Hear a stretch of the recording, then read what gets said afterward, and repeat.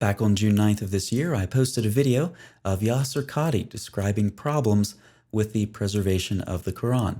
It was just a short sequence of clips where I focused on Qadhi's statements about Western versus Eastern scholars, the holes in the traditional narrative, and ahruf and qira'at.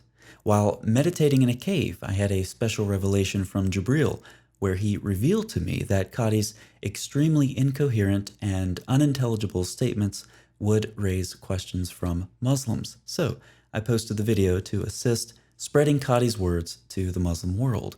Since then, much attention has been drawn to Qadhi's statements, and it's largely been a process of just sitting back and watching the chaos ensue. However, efforts have been made, predictably, by Muslims to conceal the controversy like they conceal everything else that they find inconvenient about their religion. Muhammad Hijab edited the most controversial parts of Yasir Qadhi's statements, thus sanitizing the video for his channel. Now, for Qadhi's part, he did post the entire video on his channel, but received many negative comments, so comments were disabled. Now, of course, the entire video that was on Qadhi's channel has been removed. I know this because I not only downloaded the entire video, but also saved the link itself. And the drama continues. But first, here's some background. I'll put several links in the pinned comment for you, so I won't go over them in detail. But in those links, you'll find, among other things, a series of conversations that show in 2016, Fareed leaked a confidential series of emails with some controversial statements made by Yasir Qadhi. These leaked emails eventually made it to someone who had a problem with Yasir Qadhi and made those emails public. The emails are a discussion between Fareed and Ismail Ibrahim. Ibrahim ran the secretive discussion group from which Fareed, the popular Muslim apologist, leaked Yasir Qadhi's doubts about preservation of the Quran back in 2016. At times, there's quite a fiery exchange between Fareed and Ibrahim, and several interesting admissions, including this one.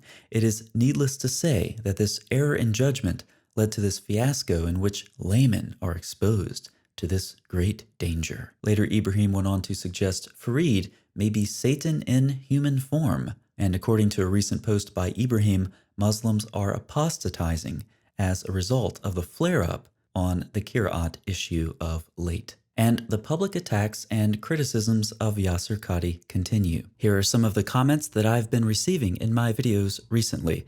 It looks like Islamophobes and critics of Islam have found someone that they can finally rely on. Thank you, Yasir Qadhi. Yasir Qadhi claims that the reason he is planning to spread his views is due to pressure from Orientalists. So far, he's only been fueling them. The arrow has left the bow, Yasir Qadhi. Thanks for making Muslims' lives a little more harder than they already were. No matter what you say now, it is evident that your poor choice of words have caused confusion. As a scholar of knowledge, you should know this heavy topic shouldn't be discussed in public. Unnecessary controversy has been created because of that. It is not becoming of a scholar to have poor choice of words so often about such crucial and complex topics. You're out of your depth. At this point, there are two factors I would like to comment on. One of these, to be honest, is the colossal stupidity of the way some Muslims are handling these issues.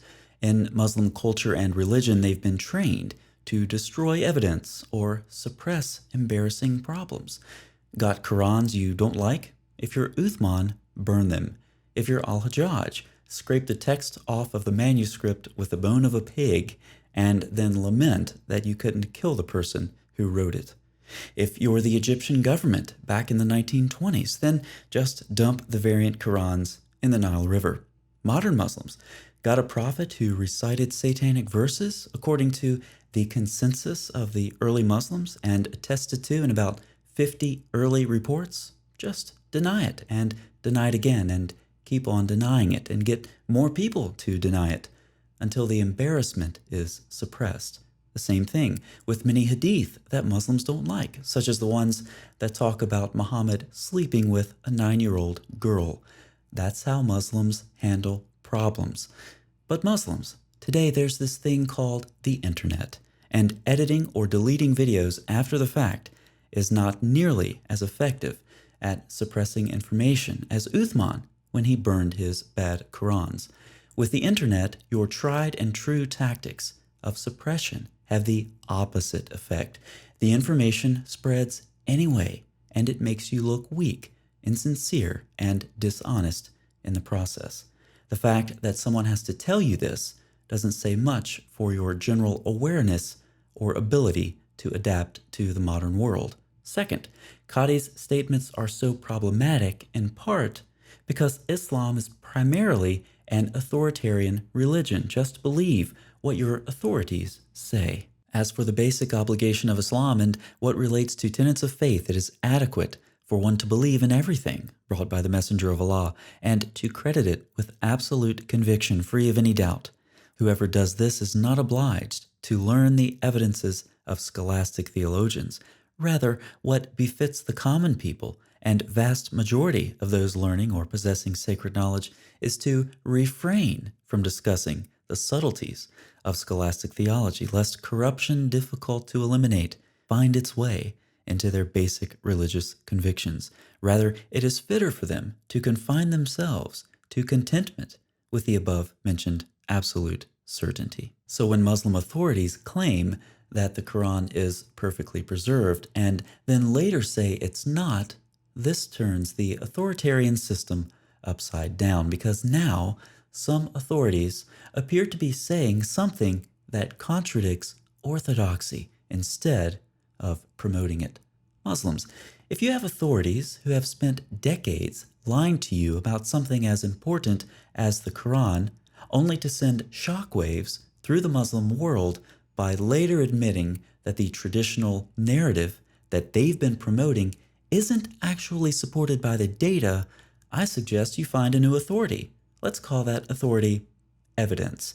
If these last couple of months have proved anything, it's that there are many Muslim authorities reaching out to popular level Muslims who cannot be trusted.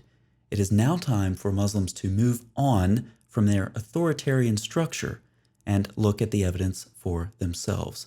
These videos and the sources cited therein are some good places to start.